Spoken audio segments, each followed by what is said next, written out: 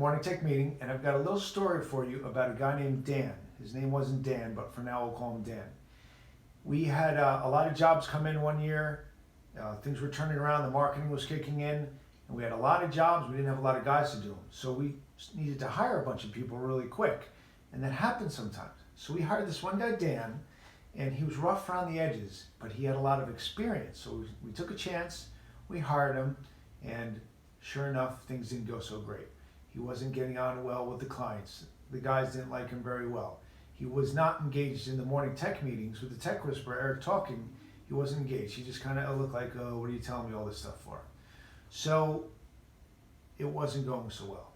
One day he had confrontation with one of the other technicians, and we brought him in the office, and they started hashing it out, and he admitted that he was a D, which is part of the tech whispering, the disc. So he was listening to the lessons at some level. He was admitting the behaviors he was doing were not helping the company. So he was becoming self-aware at some point. So part of the tech whispering lessons was for the guys, the technicians, to become self-aware so they would do better on the job. So the lessons were sinking in, so we're a little bit encouraged. So he went back in the field, he started working better with that individual, but over time things just slowly weren't going as well. The clients weren't responding, and it was a bit of a problem. So it was a Friday, we were going to let him go. So we had all the paperwork ready, and then all of a sudden in the morning, a client called up, a regular client called up and said, hey, Dan did a really good job on the job yesterday. We're really happy with his performance, so thank you very much for sending him. And I was like, oh, well, that's cool. It's going to be a little weird. Then a Yelp review came in, and Dan was listed specifically as doing a really good job, and the client was very happy that he was at his home. So we're like, oh, well, that's cool. So this is, we're trying to second guessing ourselves. Eric and I looking at ourselves going, what do we do?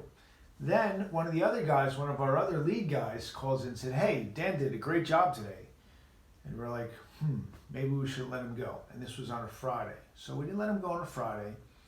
And we were encouraged by maybe his performance will turn around. All of a sudden, Monday he came in, something clicked. It was like, just like that. He started getting engaged with the lessons. He was asking questions.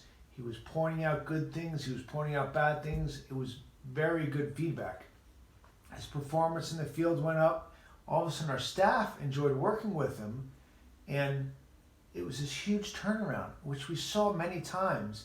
And I want to bring up this example because this was the extreme example. We're ready to let him go. And we've seen this in Shamrock. Eric's seen it in the businesses that he's consulted. And we have had Morning Tech Meeting clients call us and say, these guys are responding to these lessons really well. And thank you very much. It's this whole lessons, it's been a blessing to us.